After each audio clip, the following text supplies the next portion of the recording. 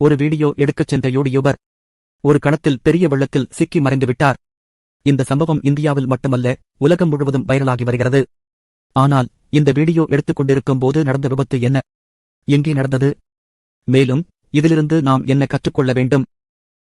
ஒடிசா மாநிலத்தில் உள்ள துடுமா அருவி டோலுமா வாட்டர் போல் 500 அடி உயரத்தில் இருந்து தண்ணீர் கொட்டிக் கொண்டே வரும் அழகான இடம்.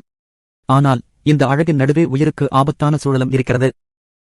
22 வயதான சாகர் குண்டு அல்லது சாகர் துது.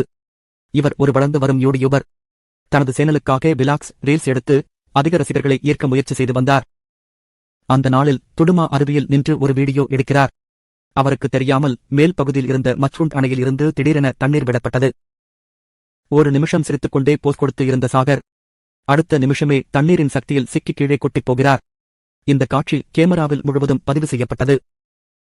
சோசியல் மீடியாவில் அந்த வீடியோ வைரலானதும் பார்ப்பவர்கள் அனைவரும் அதிர்ச்சி அடைந்தனர். பலரும் இவ்வளவு ஆபத்தான இடத்தில் எதற்கு வீடியோ எடுக்க வேண்டும் என்று கேள்வி எழுப்பினர். இந்த சம்பவம் மக்கள் மத்தியில் பெரிய விவாதத்தை எழுப்பியது.